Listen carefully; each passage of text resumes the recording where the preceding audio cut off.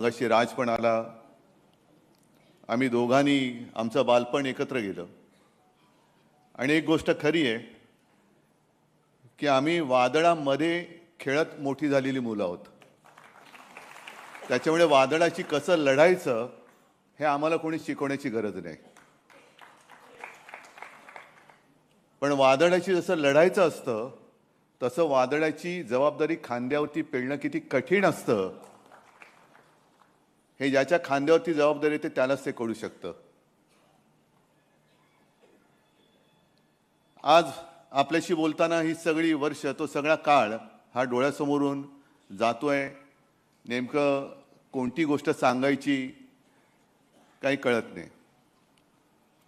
एक गोष्ट नक्की की शिवसेना प्रमुख म्हणजे मी नेहमी सगळ्यांना सांगतो की शिवसेना प्रमुख, हिंदू हृदय सम्राट हे सर्व जगासाठी साहजिकच आहे. माझी ओळख माझे वडील म्हणून त्यांच्याशी पहिल्यांदी झाली.